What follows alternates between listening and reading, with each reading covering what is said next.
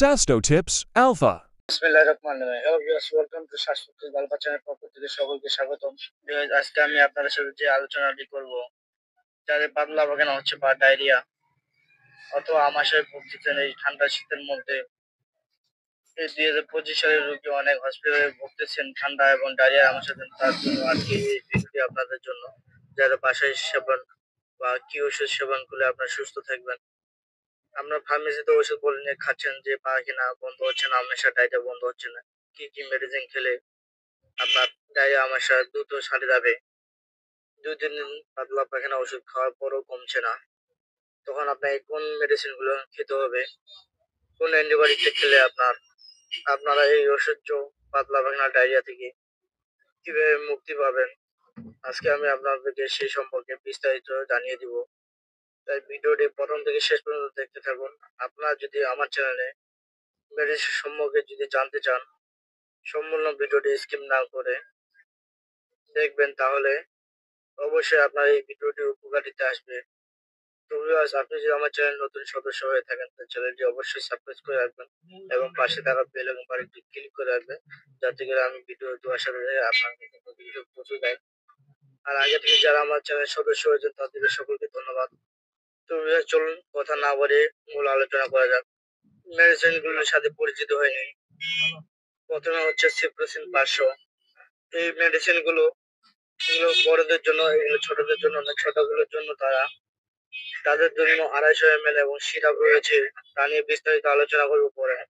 তাহলে সিপ্রোসিন 500 এর প্রাপ্তবয়স্কদের জন্য, যারা ছিল তারা 250 ml খেতে পারবে। এই সিপ্রোসিন 500 তৈরি করেছে স্কয়ার ফার্মাসিউটিক্যাল লিমিটেড। এই সিপ্রোসিনের মূল প্রিপারেশন হচ্ছে সিপ্রোফ্লোক্সাসিন 500 mg। এই সিপ্রোফ্লোক্সাসিন গ্রুপের যে কোনো কোম্পানির মেডিসিন আপনারা খেতে পারবেন, যেমন আপনার নিউপ্রোক্সিন, ট্যাকটিন 500, সিপ্রোক্স 500, সিপ্রোসিন, সিপ্রোজিন ডিএস, সিপ্রক্স, ডোমাফ্লক্স, কুইন্টোর, ক্লোন্টিন 500, বিফ্লক্স 500 ইত্যাদি নামে আরো সিপ্রোফ্লোক্সিন মেডিসিন রয়েছে। এই সিপ্রোসিন মেডিসিন একটি হলো অ্যান্টিবায়োটিক মেডিসিন। আপনারা যদি পাতলা পায়খানা ডায়রিয়ার জন্য অ্যান্টিবায়োটিক খান, তাহলে সিপ্রোসিনের ডোজ কমপ্লিট করবেন। এই সিপ্রোসিন ট্যাবলেট সকালে এবং রাত্রে আপনারা খাবেন। সকালে এবং রাতের ভরা পেটে এই সিপ্রোসিন মেডিসিনটি খাবেন। সিপ্রোসিন এই মেডিসিন কমপক্ষে আপনার 5 থেকে 7 দিন এই মেডিসিনটি আপনারা খাবেন। এর কোর্সটি সম্পূর্ণ পূরণ করবেন। এখন আপনাদেরকে জানিয়ে দিই এই ফিল্মের 400 mg ট্যাবলেট সম্পর্কে। এই ফিল্মের 400টি প্রস্তুত করেছেন Beximco pharmaceutical limited. Beximco pharmaceutical limited. এই ফিল্মের মেডিসিন ম্যান গ্রুপ হল মেট্রোনিডাল 400 mg। এটি যে কোনো কোম্পানির আপনারা নিতে পারেন। মেট্রোনিডাল গ্রুপের ওষুধ। এই গ্রুপে আরো অনেক মেডিসিন রয়েছে, যেমন অ্যামোডিস স্কোয়ারেট, ফিল্মেট বেক্সিমকো ফার্মাসিউটিক্যাল, ম্যাট্রিল অপশনাল ফার্মাসিউটিক্যাল লিমিটেড, ম্যাটসিনা ইবেসিনা ফার্মাসিউটিক্যাল, ক্লাবেট চ্যাপ্টার ফার্মাসিউটিক্যাল, আপনার ইত্যাদি নামে রয়েছে ইত্যাদি কোম্পানির। আপনার যে কোনো একটি কিনে খেতে পারেন এই সিপ্রোসিন মেডিসিনের সাথে। এই ফিল্মের ট্যাবলেটটি সকালে এবং দুপুরে এবং রাতে ভরা পেটে করে 3 বেলা খেতে হবে আপনাদেরকে, সকাল, দুপুর, রাত্রি। এটি কমপক্ষে খেতে হবে 7 দিন। এর সাথে রয়েছে ওআরএস ও স্যালাইন এসেন্সি ফার্মাসিউটিক্যাল লিমিটেড। যাদের পাতলা পায়খানা ডায়রিয়া আমাশা হয়, অবশ্যই বেশি পরিমাণে খাওয়া স্যালাইন এবং ওআরএস এর পানি খুবই পরিমাণ বেশি খেতে হবে আপনাকে। অবশ্যই স্যালাইনের পানি বেশি করে আপনাকে, যারা পাতলা পায়খানা ডায়রিয়া আমাশা রোগী, তারা বেশি করে খেতে হবে। অবশ্যই তাদেরকে বেশি করে স্যালাইন খেতে হবে।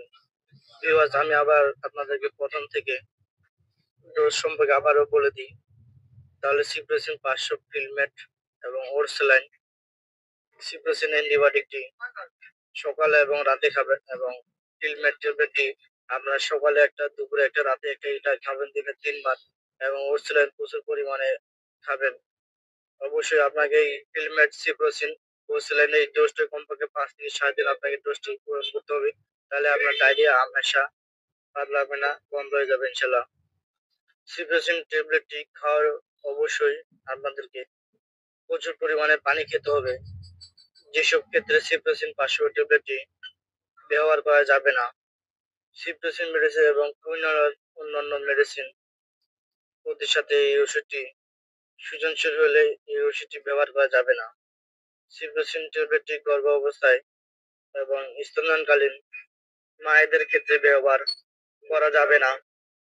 তাহলে অবশ্যই আপনারা সতর্কতার সাথে এই ফিল্মেট্রাইসিন মেডিসিনটি সেবন করবেন। গর্ভকালীন এবং ঋতুকালীন মায়েরা এরা অবশ্যই ডাক্তারের পরামর্শ অনুযায়ী এইসব মেডিসিনগুলো সেবন করবেন।